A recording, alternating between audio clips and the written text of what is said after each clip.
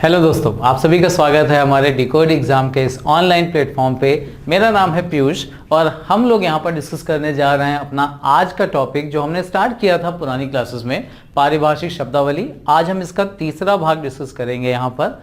But जब दूसरा भाग मैंने आपसे डिस्कस किया था तो चलते चलते लास्ट में कुछ वर्ड्स मैंने आपको हिंदी के दिए थे, बोला था उनकी इंग्लिश ढूंढिएगा, और कुछ वर्ड्स इंग्लिश के दिए थे और बोला था उनकी हिंदी ढूंढने के लिए। तो कौन कौन से वर्ड्स थे पहले वहीं से शुरुआत कर लेते हैं। देखिए, पहला वर्ड लिखा हुआ है अलाउंस। अलाउंस का मतलब होता है भत्ता, इसको हिंदी में बोला जाता है भत्ता। सेकेंड, अलाउंस से ही रिलेटेड है, सिटी आ गया तो नगर प्रतिपूरक भत्ता हो जाता है। अब इसी में साथ में देखिए, अब नगर वर्ड आ गया सिटी के लिए, अलाउंस भत्ता हो गया, और प्रतिपूरक वर्ड बोला जाता है कंपनसेटरी को। तो कंपनसेटरी अगर अलग से भी आपको वर्ड कहीं पर दे दिया जाए और आपसे पूछा जाए कि इस वर्ड की हिंदी क्या होगी, तो याद रखिएगा प्रतिपूरक ये शब्द रिप्रेजेंट करता है कंपनसेटरी वर्ड की हिंदी को। ठीक, थर्ड वर्ड आ जाएगा अलाउंस डियरनेस। अब डियर वर्ड का मतलब जो होता है, इसके दो मतलब होते हैं, याद रखिएगा। एक, डियर वर्ड का मतलब होता है प्रिय, ठीक है ना, डियर जिसको हम बोलते हैं डियर फ्रेंड, डियर ब्रदर, तो वो प्रिय को रिप्रेजेंट करता है। दूसरा, डियर वर्ड महंगी चीज को रिप्रेजेंट करता है। The price of this particular object is very dear, मतलब इसका जो मूल्य है वो थोड़ा सा महंगा है, ये चीज थोड़ी महंगी है, ठीक है ना। वैसे भी जो लोग हमारे लिए बहुत कीमती होते हैं वही हमारे प्रिय होते हैं। सो कीमती भी मीनिंग होता है डियर का, और प्रिय ये शब्द भी इसका एक अर्थ देता है महंगे का, ठीक है ना। सो अलाउंस डियरनेस, डियरनेस वर्ड महंगाई को रिप्रेजेंट करता है, तो ये महंगाई भत्ता हो गया। और अलाउंस के साथ ट्रेवलिंग लगा दिया जाए तो ट्रेवल मतलब यात्रा करना होता है, और ये बन जाता है यात्रा भत्ता, ठीक है ना। अलाउंस भत्ता है, देखिए सभी में आया है। अलाउंसेस हो जाएगा तो भत्ता का प्लूरल बन जाएगा, वो भत्ते हो जाएगा, एक से ज्यादा की बात होने लगती है। Now next word is allusion. संदर्भ, दर्शन या संकेत, किसी चीज की तरफ संकेत करना। संदर्भ दर्शन मतलब उसका एक्चुअल क्या, किस चीज की तरफ वो इशारा कर रहा है, संकेत कर रहा है, उसको डिफाइन करना, ये कहलाता है एल्यूजन। अच्छा, ये वन वर्ड सब्स्टिट्यूशन में भी पूछा जाता है। इंग्लिश के कुछ क्वेश्चंस हैं जो पूछे जा सकते हैं। समुद्र से प्राप्त भूमि, समुद्र में जहां पे रहने लायक जगह बनाई जाती है, समुद्र से जो प्राप्त भूमि होती है, एक तो आइलैंड होता है जो समुद्र के बीच या घिरी हुई जगह होती है, एक समुद्र में से जमीन निकाली जाती है जहां पर रहने लायक बसाने के लिए लोगों को जगह बनाई जाती है। That is actually called alluvion. याद रखिएगा, एल्यूवियन इस वर्ड को पढ़ा जाता है। एल्यूजन, एल्यूवियन, देखिए स्पेलिंग में अंतर बहुत जरा सा है, यहाँ पे एस आ जाता है, यहाँ पर वी आ जाता है, लेकिन मीनिंग में बहुत ज्यादा अंतर है, ठीक है ना। डिफरेंस दोनों का क्लियर रखिएगा। देन अमलनामा, इसको हिंदी में भी अमलनामा ही कहते हैं। किसी चीज को अमल में लाना, प्रोसेस में लाने वाली जो चीजें होती हैं वो आती हैं अमलनामा। एम्बेसडर, ये वर्ड राजदूत के लिए यूज होता है, एम्बेसडर। हिंदी मैंने दी थी और आपसे बोला था इसकी इंग्लिश ढूंढने के लिए, बहुत आसान भी है। अक्सर न्यूज़पेपर में यूज होता है, मूवीज में, टेलीविजन में, और ऑफिसेज में ये टर्म बहुत ज़्यादा, प्रशासनिक सेवा में चूंकि आप जा रहे हो वहाँ पे ये वर्ड बहुत ज़्यादा आपके काम आएगा। एम्बेसडर, एक कार भी आती है एम्बेसडर, लेकिन राजदूत जो होते हैं उन्हें भी इंग्लिश में एम्बेसडर कहा जाता है। अच्छा, परिवर्तनीय, एम्ब्यूलेटरी, एम्ब्यूलेटरी का मतलब होता है परिवर्तनीय, जो आसानी से परिवर्तित किया जा सके, ये एम्ब्यूलेटरी वर्ड है। तो ये वर्ड मैंने आपको डिस्कस करने के लिए दिए थे। जो आपके सही हुए हैं बहुत अच्छी बात है, जो गलत हुए हैं आप कमेंट सेक्शन में बता सकते हैं किसी वर्ड को लेकर के, अगर आपको कन्फ्यूजन है तो। चलिए इसी के आगे से और कंटिन्यू करते हैं। 10 वर्ड्स ये ध्यान रखिएगा। नेक्स्ट वर्ड आता है अमेंडमेंट। अमेंड करना मतलब किसी चीज को सुधारना, किसी को, और अमेंडमेंट मतलब होता है संशोधन करना, शुद्ध करना, किसी चीज को संशोधन करना, सुधारना, ये सारे मीनिंग होते हैं अमेंडमेंट के। अमेंडमेंट बिल आ जाता है तो जो पत्र होता है अमेंडमेंट सुधार वाला, उसको बोलते हैं। अच्छा, एमिकस क्यूरिए, ये ध्यान रखिएगा, ये वर्ड थोड़ा सा न्यायालय का मित्र, मामले में संबंध ना होकर सूचना देने वाला, ये न्यायालय को हेल्प करने वाले लोग होते हैं। कोई केस अगर चल रहा है तो वो जिस पर्सन से रिलेटेड केस है वो पर्सन नहीं, उसके बारे में जो और इंफॉर्मेशन आपको देता है, कोर्ट को दे देता है, उस पर्सन के लिए यूज किया जाता है एमिकस। एमिकस का मतलब होता है मित्र, एमिएबल जिससे हमारा व्यवहार बहुत अच्छा हो, फ्रेंडली होता है वो, तो एमिकस क्यूरियाई, ठीक है ना। देन एमोर्टाइजेशन ऑफ डेट, इसका प्रोनाउंसिएशन डेब्ट नहीं पढ़ते, डेट पढ़ा जाता है। ये मैं आपको हिंदी में इसका प्रोनाउंसिएशन लिख के दिखा देता हूँ। दिस इज कॉल्ड डेट, ठीक है ना, डेट पढ़ते हैं। अच्छा, डेट का एमोर्टाइजेशन मतलब किसी को ऋण से मुक्त कर देना। किसी के ऊपर अगर ऋण चल रहा है, कर्ज चल रहा है, उसको कर्ज से बिल्कुल आप फ्री कर देते हो, मुक्त कर देते हैं, that is called amortization of debt, ठीक। अमाउंट मतलब राशि होता है, मात्रा या परिमाण को शो करता है, ये क्वांटिटी को बताता है अमाउंट।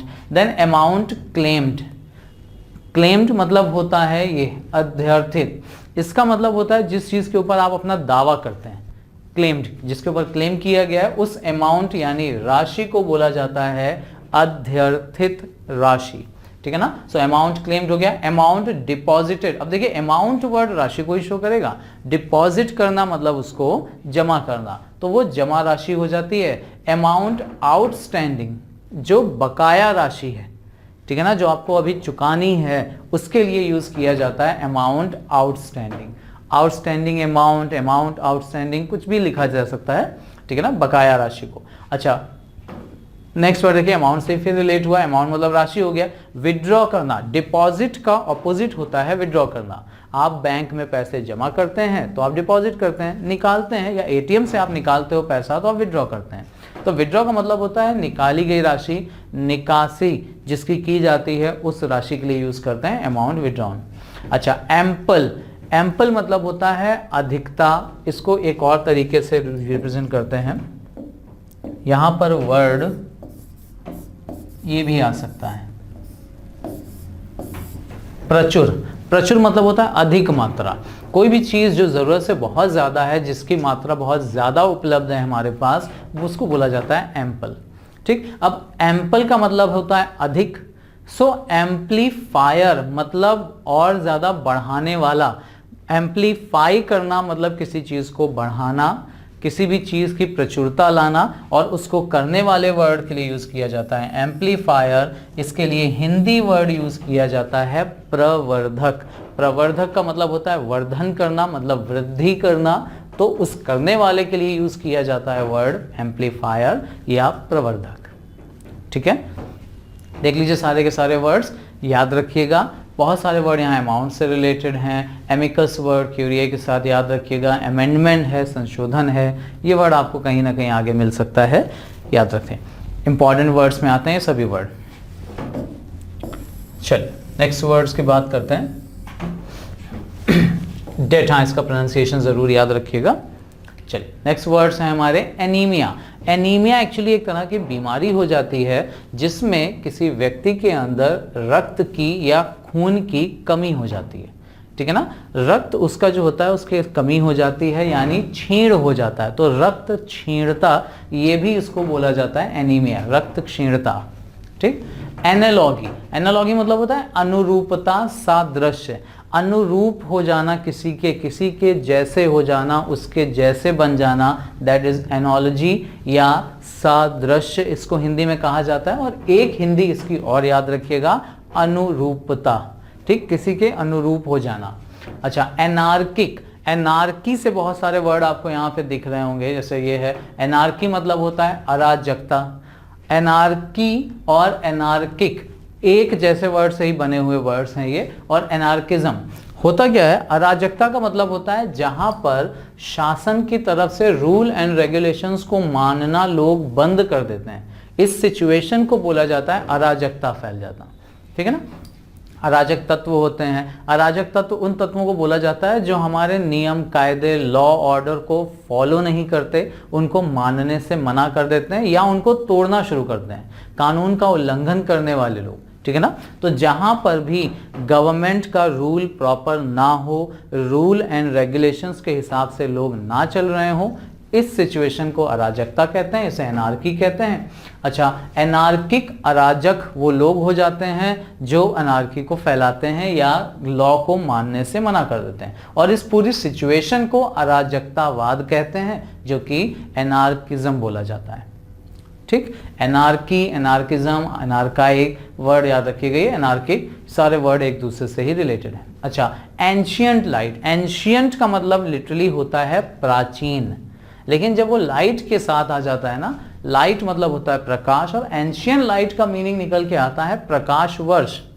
प्रकाश वर्ष दूरी मापने का एक मात्रक होता है, याद रखिएगा। इंग्लिश में इसके लिए वर्ड एंशियंट लाइट, हिंदी में उसे प्रकाश वर्ष, कई जगह लाइट ईयर्स भी कहा जाता है, ठीक है ना, दूरी वाला प्रकाश वर्ष, एंशियंट लाइट, ठीक है ना, ये भी ध्यान रखिएगा। देन एक लिखा हुआ है ये एंकिलरी, इसका मतलब होता है आनुषंगिक। अब आनुषंगिक का मतलब होता है वो पर्सन जो मेन ना हो, गौड़ होता है। इसको हिंदी में हम लोग एक और भी वर्ड से जानते हैं, this is also called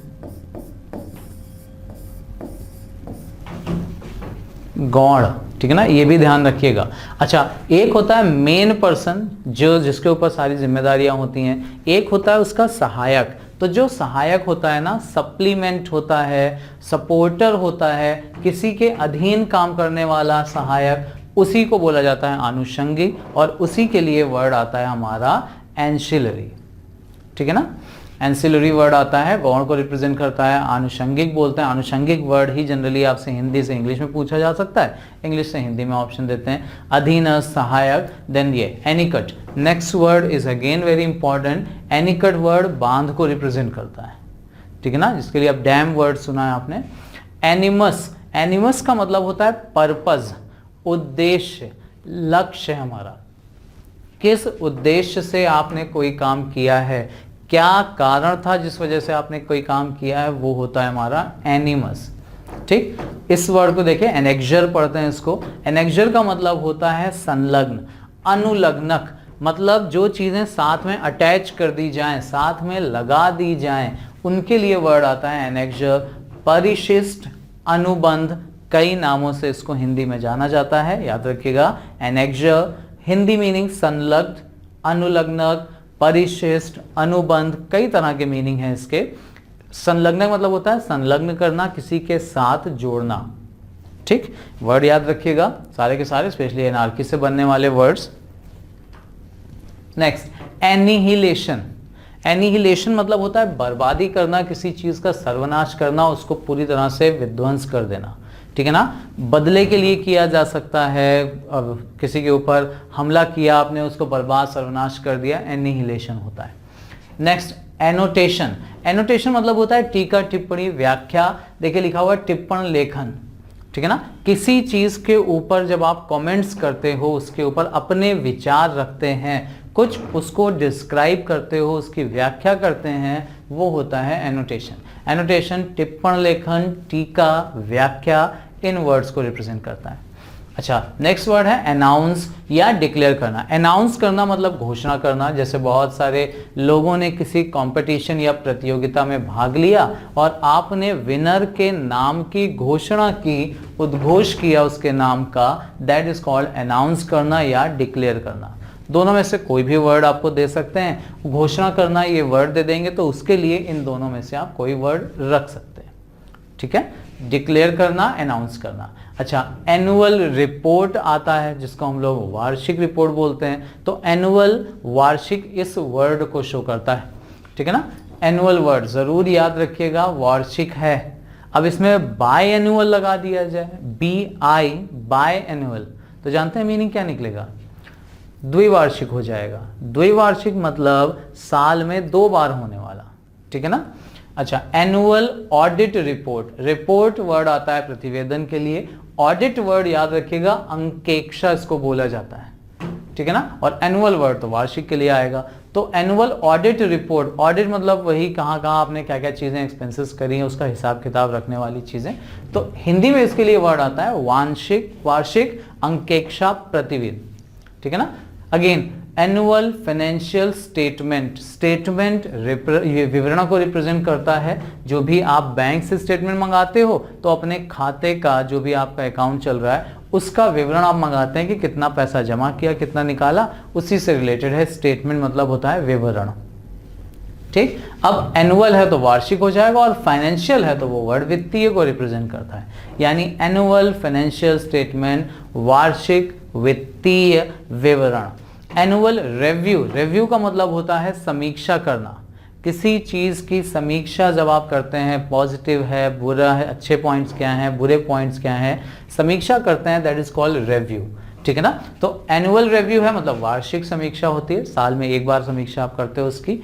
annual और कैंसिल, सॉरी एनल, देखिए एनुअल है, ये एनल वर्ड है। एनल और कैंसिल सिनोनिम है एक दूसरे के, मीनिंग होता है इसका रद्द करना, किसी भी चीज को कैंसिल करना मतलब उसको निरस्त कर देना, रद्द कर देना, ठीक। एनुअलमेंट भी हो जाता है रद्द करना, मीनिंग दोनों है। एनल एनुअलमेंट एक ही चीज को रिप्रेजेंट करता है, ये वर्ब को शो करता है और ये नाउन है, इस प्रोसेस को शो करता है, ठीक है ना। एनुअलमेंट मतलब होता है रद्द करना, एनल या कैंसिल करना सिनोनिम्स है। देन ये वर्ड याद रखिए, देखिए पोजीशन का मतलब आपको पता है, स्थिति आता है। असंगत मतलब दिया हुआ है एनोमलस, एनोमलस पोजीशन, एनोमलस का मतलब होता है असंगत स्थिति।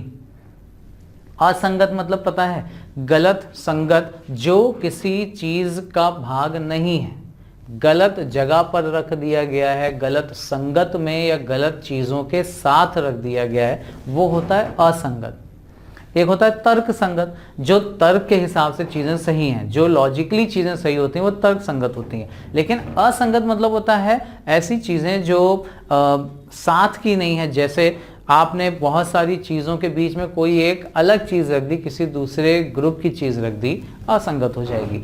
जो सिचुएशन के हिसाब से ठीक नहीं है, कैसी स्थिति में कैसा व्यवहार करना चाहिए, वो संगत के अकॉर्डिंग हो गया। असंगत मतलब जहाँ पे वो व्यवहार नहीं होना चाहिए, असंगत हो जाएगा। सो एनोमलस पोजीशन रिप्रेजेंट करता है असंगत स्थिति को, ठीक है ना। अगेन सारे के सारे वर्ड्स देख लीजिए एक बार, इंपॉर्टेंट है, एनुअल वर्ड से याद रखिएगा। देखिए बहुत सारे वर्ड बने, एनुअल और एनल, ए का डिफरेंस है दोनों के स्पेलिंग में, ठीक। स्पेलिंग में अंतर होता है, मीनिंग में अंतर होता है, रद्द करना, कैंसिल करना, इसको शो करता है ये। चलिए आगे चलते हैं। Next 10 words are anomaly. Anomaly again जो वर्ड अभी हम लोगों ने पढ़ा था, एनोमलस से ही बना है, मतलब होता है असंगत। सो एनोमली का मतलब होता है असंगति, गलत संगत को रिप्रेजेंट करता है ये। Then answerable, answer plus able, answer देने की जिसकी जिम्मेदारी बनती है, जो उत्तर देने के लिए जिम्मेदार होता है या उत्तरदायी होता है, उसे बोला जाता है आंसरेबल। आप इसका जवाब दोगे, जवाब दे, वो होता है उत्तरदायी, आंसरेबल। अच्छा, एंटीसीडेंट्स, एंटीसीडेंट्स और प्रीसीडेंट्स दो वर्ड याद रखिएगा। एंटीसीडेंट मतलब होता है पूर्वव्रत और प्रीसीडेंट मतलब होता है अनुव्रत। क्या होता है, कोई भी वर्ड जो आप पहले यूज करते हो, जिसके अकॉर्डिंग चीजें आगे डिसाइड होती हैं, पहले यूज होने वाली चीजों को बोला जाता है एंटीसीडेंट्स, और बाद में आने वाली चीजों को बोला जाता है प्रीसीडेंट्स, ठीक है ना। तो यहां बात एंटीसीडेंट्स की हो रही है। एंटीसीडेंट्स यानी पूर्वव्रत, पहले मेंशन की हुई या पहले जिनका उल्लेख किया गया हो, उन चीजों को बोला जाता है एंटीसीडेंट्स, ठीक। नेक्स्ट एंथ्रोपोलॉजी, मनोविज्ञान, नरविज्ञान, मानव विज्ञान, ठीक है ना। नरविज्ञान या नरविज्ञान भी इसको बोल दिया जाता है। मानव विज्ञान मतलब अगेन मानव की जो क्रियाएं हैं, कार्यकलाप हैं, उनका जो अध्ययन होता है वो कहलाता है एंथ्रोपोलॉजी, मानव विज्ञान। नेक्स्ट आता है एंटीबायोटिक। बायो वर्ड जैव या जैविक को रिप्रेजेंट करता है। सो एंटी मतलब होता है उसका ऑपोजिट, और ऑपोजिट को रिप्रेजेंट करता है प्रति, प्रति जैविक। एंटीबायोटिक मेडिसिन अगर दे दी जाए तो वो हो जाएंगी हमारी प्रति जैविक दवाएं, ठीक। तो प्रति जैविक दिया है तो एंटीबायोटिक वर्ड याद रखिएगा, एंटीबायोटिक वर्ड दिया है तो प्रति जैविक। एंटीसिपेट, एंटीसिपेट का मतलब होता है अंदाजा लगाना, पूर्व अनुमान लगाना किसी चीज का, ठीक है ना। और इसी को बोला गया प्रत्याशित, जिसके होने की संभावना ज्यादा है, प्रत्याशित जो होने की उम्मीद है जिसकी, वो हो जाता है एंटीसिपेटेड, ठीक। अब एंटीसिपेटेड में एक्सपेंडिचर लगा दिया जाए तो प्रत्याशित व्यय हो जाएगा, मतलब वो खर्चा जिसके होने की उम्मीद है, कितनी लागत इसके ऊपर लगने की उम्मीद है, उसे बोला जाएगा एंटीसिपेटेड एक्सपेंडिचर, प्रत्याशित व्यय। नेक्स्ट वर्ड आएगा एंटिसिपेटेड रेवेन्यू। अब रेवेन्यू वर्ड रिप्रेजेंट करता है राजस्व को, कितना राजस्व आने की उम्मीद है, वो हो जाएगा एंटिसिपेटेड रेवेन्यू, प्रत्याशित राजस्व। प्रत्याशित इसको बोलते हैं। अब एंटिसिपेटरी है तो पूर्व अनुमानित, अभी बोला अनुमान को रिप्रेजेंट करता है, पहले से जब आप अंदाजा लगाना शुरू कर दो कितना खर्चा होगा, कितना आएगा, लाभ होगा, वो सारी चीजें एंटिसिपेटरी हो जाती हैं। ठीक, एंटिसिपेटरी, अच्छा वर्ड याद रखिएगा, पूर्व अनुमानित, अग्रिम, पूर्वेक्षित, प्रत्याशित, कई तरहों से शो करते हैं इसको। अग्रिम वर्ड आपको एक और चीज के साथ मिलेगा and that is anticipatory bell.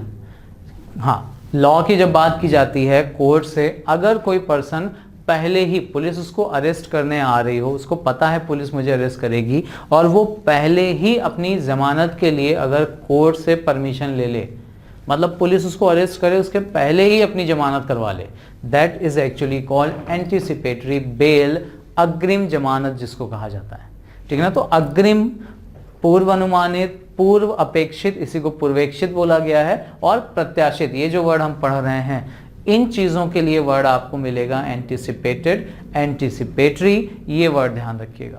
ठीक है ना, बहुत इंपॉर्टेंट है। अच्छा, एंटी डेटेड चेक होता है, पूर्व दिनांकित, और एक पोस्ट डेटेड होता है। ठीक है ना, तो एंटी डेटेड चेक मतलब होता है पूर्व दिनांकित, जहां पहले से ही दिन मेंशन किए हो, पहले के दिन मेंशन कर दिए गए हो।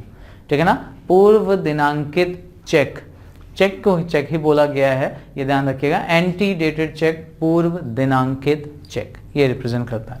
देख लीजिए एक बार फिर से, बहुत इंपॉर्टेंट वर्ड्स हैं सभी। एंटी वर्ड अपोजिट को रिप्रेजेंट करता है, एंटी मतलब पहले को भी रिप्रेजेंट करता है। जैसे एएम पीएम आपको पता है, उसमें एएम एंटी मेरिडियन होता है, पूर्व, पहले वाला। ठीक है ना ये नेक्स्ट वर्ड की बात करते हैं, दैट इज एंटीथेसिस। थीसिस मतलब होता है किसी भी चीज के बारे में डिस्क्राइब करना, किसी के ऊपर शोध करना, रिसर्च करना, और एंटीथेसिस मतलब हो जाएगा उसका विपरीत अर्थ, विलोम, विपरीत, ये दो, विपर्य, अर्थ, वैपरीत्य, इन वर्ड्स को जरूर ध्यान रखिएगा, ये शुद्ध हिंदी डिफाइन करते हैं विपरीत शब्द की। ठीक है ना, सो एंटीथेसिस याद रखिएगा, विपर्य, अर्थ, वैपरीत्य, विलोम, विपरीत, पर्यायवाची का जो अपोजिट होता है वो रिप्रेजेंट करता है एंटीथेसिस। अच्छा, नेक्स्ट इज अपील। अपील एक तो मतलब अपील हो जाता है प्रार्थना करना, ठीक है ना, जैसे आप कोर्ट में अपील करते हो। एक होता है अपील, पर्सन की अपील आ रही है आपके पास, मतलब होता है इसका, सो प्रार्थना करना एक हो जाता है, और एक होता है अपील मतलब किसी की तरफ से जो किसी के लिए हमारी सोच होती है उसको भी रिप्रेजेंट करता है। लेकिन जो आपको अपील वर्ड दिया जाएगा आप उसको लिए अपील वर्ड ही लिख सकते हैं। और दूसरा प्रार्थना करना, कोर्ट में जब अपील करते हैं मुकदमे के लिए, वो हो जाता है। अच्छा, अपील डिवीजन, जहां पर डिवीजन यानी प्रभाग, जहां पर जिस भाग में या कार्यालय के भाग में जाके आप अपील करते हैं वो अपील प्रभाग हो जाता है। ठीक है ना, डिवीजन वर्ड की हिंदी याद रखिएगा, प्रभाग को शो करता है ये। अच्छा, अपीयर मतलब होता है उपस्थित होना। अब आपने कोर्ट में अगर आपको बोला गया है कि उपस्थित होइए तो आप अपीयर होते हो। किसी एग्जाम में शामिल होते हैं आप, वहां भी आके आप अपीयर होते हैं। तो उपस्थित होना, प्रतीत होना, अपीयर मतलब होता है लगना, ये भी मीनिंग निकलता है। ठीक है ना, प्रतीत होना, किसी चीज की तरह दिखना, ये मीनिंग इसके लिए जाते हैं अपीयर के। अच्छा, एपिलिएट, एपिलिएट का मतलब होता है अपीलार्थी या अपीलीय। जो पर्सन अपील करने वाला पर्सन होता है, अपीलार्थी, उसके लिए यूज किया जाता है, अपीली के लिए आता है। एपिलिएट पावर आ जाएगा, इसका मतलब अपीली शक्तियां हो जाएगा, पावर मतलब शक्तियों को रिप्रेजेंट करता है। देन अपेंडेज या इनक्लोजर, इनक्लोजर का मतलब भी होता है संलग्नक, संलग्न करना, किसी के साथ अटैच करना। ठीक है ना, एनक्लोजर, अपेंडेज ये भी बोला जाता है इसको। अपेंडेज का मतलब, एनक्लोजर का मतलब संलग्नक होता है, ध्यान रखिएगा। Next is appendix. अपेंडिक्स होता है परिशिष्ट। परिशिष्ट क्या होता है, जो आप लिस्ट बनाते हो, टॉपिक्स की लिस्ट होते हैं, किसी बुक्स में आपने देखा होगा, अपेंडिक्स बोला जाता है उसको। देन एप्लीकेबल, अप्लाई करने से रिलेटेड है, किसी चीज को आप अप्लाई करते हो तो वो एप्लीकेबल हो जाती है, यानी लागू होना। ठीक, अप्लाई करना, लागू होना, ये मीनिंग निकलता है। हिंदी में इसे एक और नाम से जानते हैं, दैट इज प्रयोज्यता। प्रयोज्यता याद रखिएगा, लागू करना, एप्लीकेबल, किसी भी चीज़ को जिसको आप इम्प्लीमेंट कर सको, एप्लीकेबल कर सको, जो चीज़ लोगों के ऊपर लागू हो रही हो एप्लीकेबल।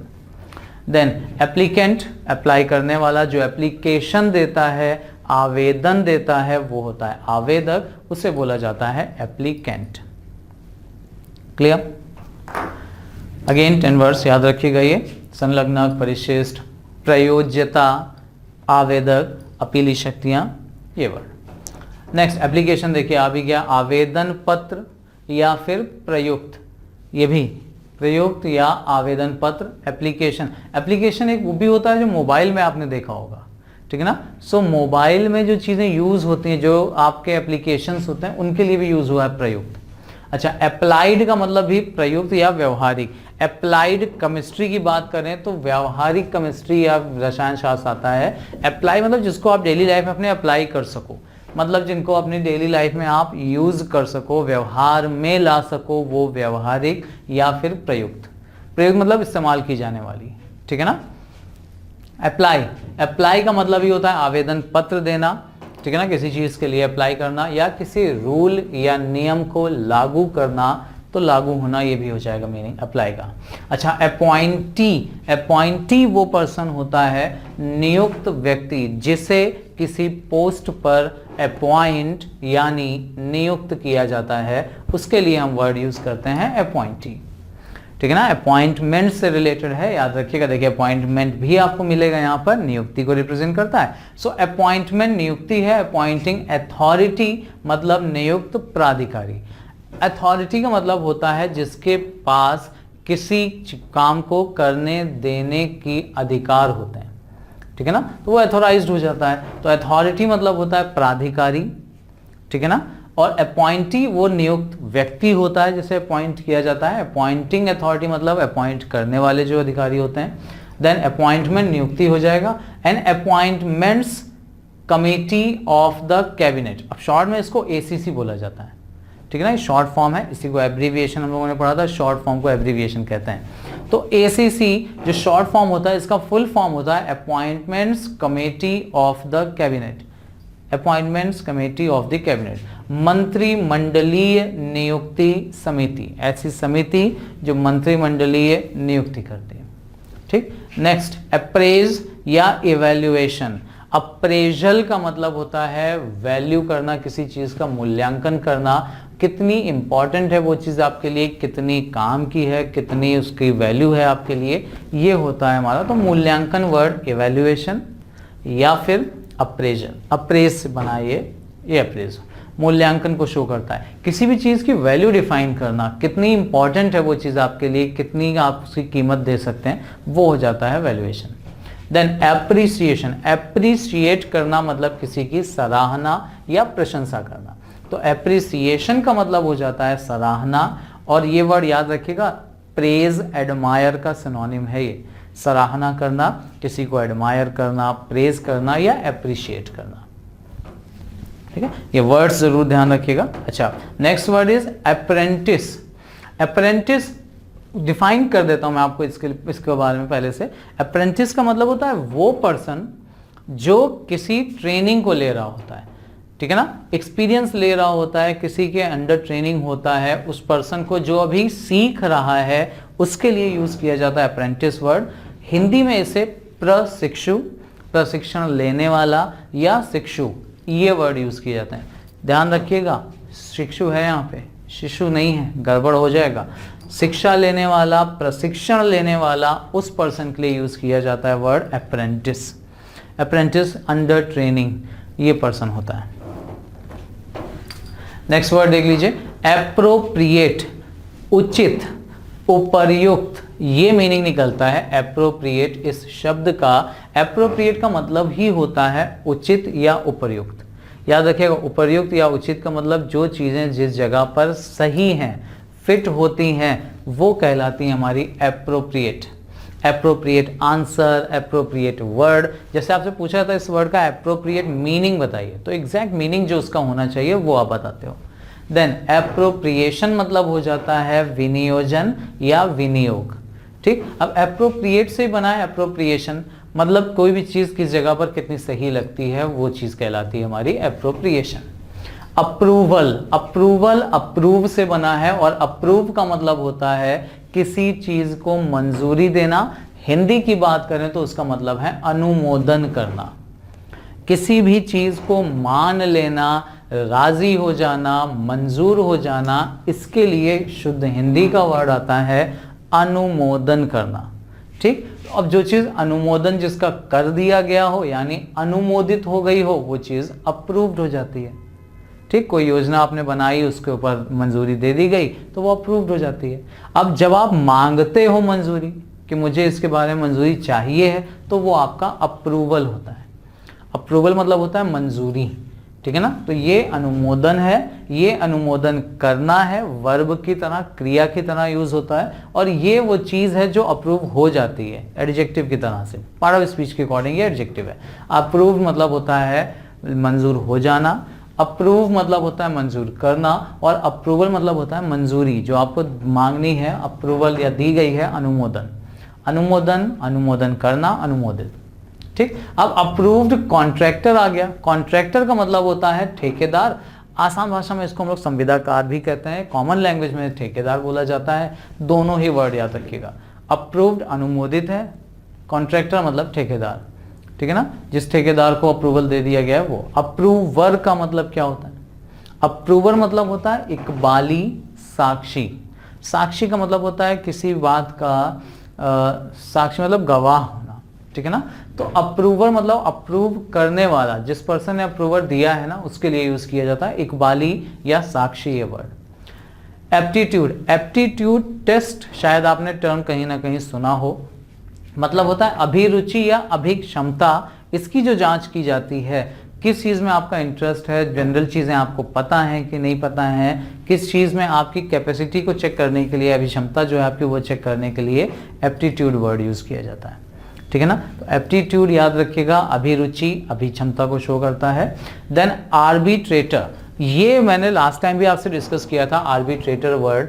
आर्बिट्रेटर वो पर्सन होता है जो दो लोगों के या दो पक्षों के बीच में सुलह करवाता है, ठीक है ना। आर्बिट्रेटर उस पर्सन को बोलते हैं जो मध्यस्थता कराता है। दो लोगों के बीच जो लड़ाई चल रही होती है उसको शांत कराने वाला मीडिएटर जो होता है उसे बोला जाता है आर्बिट्रेटर। तो आर्बिट्रेशन वर्ड यहीं से आ जाता है, मध्यस्थता। पंच फैसला, पंच निर्णय, मतलब जिसकी बात सबको माननी है उसके लिए यूज किया जाता है वर्ड आर्बिट्रेशन। नेक्स्ट, आर्बिट्रम एस्ट जुडिशिज्म। ये पूरा का पूरा फ्रेज ध्यान रखिएगा। इसका मतलब होता है जुडिशरी यानी कानूनी फैसला जो आया है उसको रिप्रेजेंट करता है ये। आर्बिट्रम एस्ट जुडिशियम मतलब अभिनिर्णायक का फैसला, कानून की तरफ से आया हुआ फैसला जो मानना है आपको, कानूनी फैसला है, ये इस फ्रेज का मतलब होता है, ठीक है ना। सो याद रखना ये सारे के सारे वर्ड, स्पेशली अनुमोदित वाला वर्ड, अनुमोदन वाला वर्ड जो है अभिरुचि, अभिक्षमता, एप्टीट्यूड को रिप्रेजेंट करता है। ये सब वर्ड्स बहुत जरूरी हैं। चलिए नेक्स्ट वर्ड की बात करते हैं, आर्काइज्म। आर्काइज्म मतलब होता है दकियानूसीपन। वो पर्सन जिसको अपनी सोच लगता है सबसे सही है, किसी और बात को या बदलाव को वो स्वीकार नहीं करते, उनके लिए वर्ड यूज किया जाता है आर्काइज्म, ठीक है ना, ये ध्यान रखना। नेक्स्ट, आर्चका, ये वर्ड होता है पुजारी के लिए यूज किया जाता है। देन ये वर्ड याद रखिएगा, आर्मिस्टाइज, इसका मतलब होता है अस्थायी समझौता। अस्थायी समझौता, समझौता तो हुआ है लेकिन अभी वो स्थायी नहीं है, मतलब ज्यादा दिन वो नहीं चलेगा, टेम्पररी है, इसलिए यूज किया जाता है। देन आर्मिस्टाइज ये बात याद रखिएगा। Arrangement of files, I am really very sorry, arrangement of files. अब देखिए फाइल्स के लिए जो वर्ड आपको हिंदी में पूछा जाता है ये होता है मिसिल, ठीक है ना, फाइल्स को बोला जाता है मिसिल। अब अरेंजमेंट के लिए जो वर्ड यूज किया गया है वो है विन्यास। तो मिसिल, विन्यास, ये अरेंजमेंट ऑफ फाइल्स के लिए यूज किया जाता है या फाइल्स अरेंजमेंट दे दिया जाए, दोनों के लिए मिसिल, विन्यास, ये वर्ड याद रखिएगा, ठीक है ना। मिसिल वर्ड फाइल्स के लिए आपसे अलग से भी पूछा जा सकता है, ध्यान रखना आपको, और अरेंजमेंट भी अलग से पूछ सकते हैं, वो विन्यास के लिए आ जाता है। अच्छा, एरियर्स मतलब होता है बकाया, जो चीज़ें आपके ऊपर अभी बकाया हैं, जिनका भुगतान अभी आपको करना है, वो एरियर्स में आते हैं, ठीक। जैसे बिल के एरियर्स होते हैं, भुगतान करने वाली जो चीज़ें हैं वो आ जाता है। Next article. आर्टिकल के कई सारे मीनिंग होते हैं। पहला आर्टिकल वर्ड वस्तु को रिप्रेजेंट करता है। दूसरा अनुच्छेद, ये आपने पढ़ा होगा। वही अनुच्छेद या नियम जो आपको संविधान में मिलते हैं उनके लिए भी आर्टिकल वर्ड यूज किया जाता है। तो कई तरीकों से रिप्रेजेंट कर सकते हैं, अनुच्छेद, नियम, वस्तु या संविधान अनुच्छेद, कुछ भी आप इसको आर्टिकल का कुछ भी मीनिंग इनमें से दे सकते हैं। ठीक। Article of association. एसोसिएशन मतलब होता है संगठन, ठीक है ना। तो संगठन मतलब होता है संगम, इकट्ठा करना, एक जगह इकट्ठे होना। तो आर्टिकल ऑफ एसोसिएशन मतलब संगम अनुच्छेद। अनुच्छेद आर्टिकल, एसोसिएशन को रिप्रेजेंट करता है संगम। नेक्स्ट वर्ड आएगा हमारा एज अ जनरल रूल। ये फ्रेजेस अब आते हैं, यहाँ पे ध्यान रखना इन फ्रेजेस को। एज अ जनरल रूल का मतलब होता है सामान्यतया, जनरली जो होता है उसको रिप्रेजेंट करता है।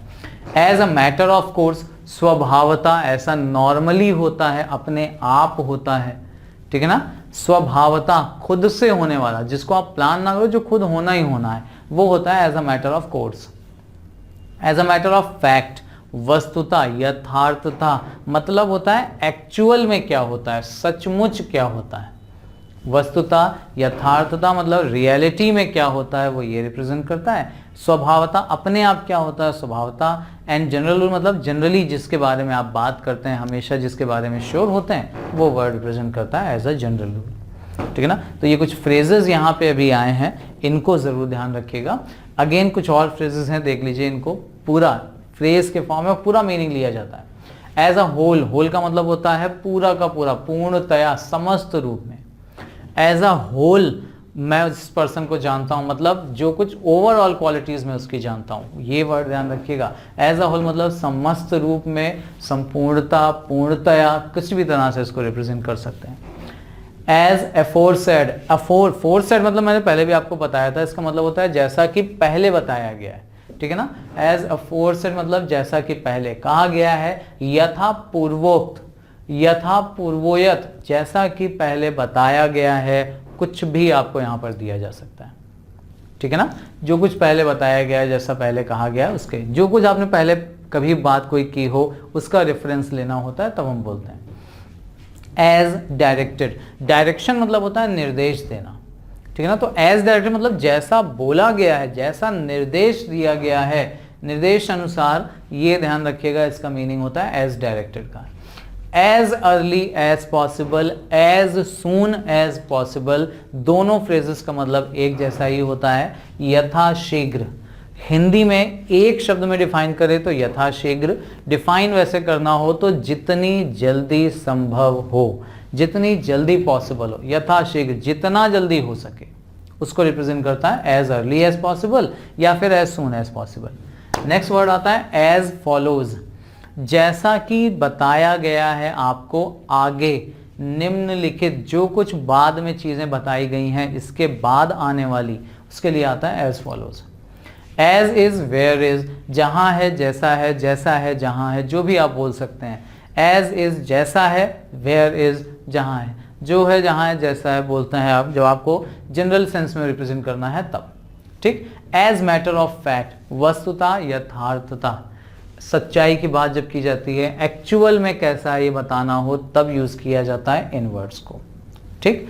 एज मे बी कंसिडर्स एक्सपेडिएंट, जैसा उचित प्रतीत हो। जब रूल एंड रेगुलेशंस आपको समझ में ना आ रहे हो कि इस रूल को किसके अकॉर्डिंग फॉलो करना है या इस सिचुएशन को किस रूल के अकॉर्डिंग डील करना है, तब ये होता है कि बोला जाता है जो आपको सही लगे, जैसा उचित प्रतीत हो, उसके अकॉर्डिंग आप काम करो, और उसको रिप्रेजेंट करते हैं as may be considered expedient, ठीक है ना।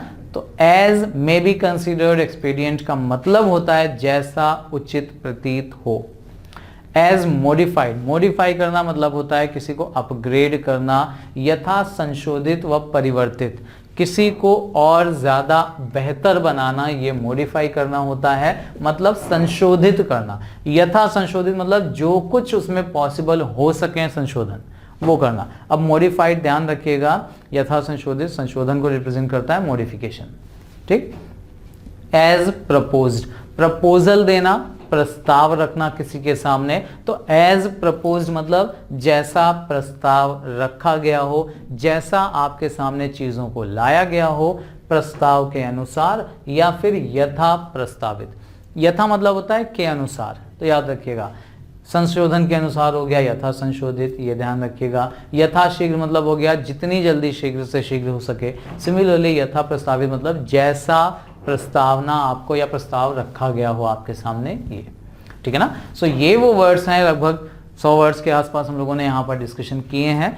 प्रैक्टिस इनकी सबसे ज़्यादा इंपॉर्टेंट है, जो कि आपको करनी है। और अगर आप कोई कमेंट में चीज़ें मेंशन करना चाहें, बात करना चाहें, तो ज़रूर कर सकते हैं, ठीक है ना। सो ये आपके लिए यहाँ पे जो चीज़ हम लोगों ने डिस्कशन की है वो हो गया सब। अब इसके बाद अगेन एक और चीज़, and that is your homework, ठीक है ना। अगेन कुछ वर्ड्स मैं आपको दे रहा हूँ, 5 वर्ड्स यहाँ इंग्लिश के हैं और 5 वर्ड्स आपके हिंदी के हैं, जो कि आपको होमवर्क की तरह से दिए जा रहे हैं, ताकि आप इनकी प्रैक्टिस करें और इसी बहाने कम से कम कुछ वर्ड्स को ढूंढने की कोशिश करें, ठीक है ना। डिस्कशन तो डेफिनेटली हम लोग अपनी अगली क्लास में, अगले लेक्चर में करेंगे ही। यहाँ पर ध्यान रखिएगा, जो वर्ड आपको दिए जा रहे हैं, एज रिसीव्ड है, एज द केस में बी, जो कुछ केस हो, as the disposal of, as usual, as certain, ये कुछ फ्रेजेस हैं जो इंग्लिश में आपको दिए हैं। आपको ढूंढना है इनकी हिंदी, कमेंट सेक्शन में आप बता सकते हैं। और लास्ट के 5 वर्ड्स ये हिंदी में आपको दिए हुए हैं। देखिए, लांछन, आरोप लगाना, अनुमति, निर्धारित, कर निर्धारण या निर्धारण, और निर्धारक, मूल्यांकन, कर निर्धारक, ये वर्ड्स हैं जो आपको ढूंढने हैं। डिस्कशन इन पे हम लोग करेंगे अपने अगले लेक्चर में। ऑफ कोर्स शुरुआत यहीं से करेंगे, तब तक के लिए आप ढूंढिए हिंदी से इंग्लिश, इंग्लिश से हिंदी, इन सारे वर्ड्स को। चलिए कंटिन्यू करेंगे हम लोग अपने अगले लेक्चर में।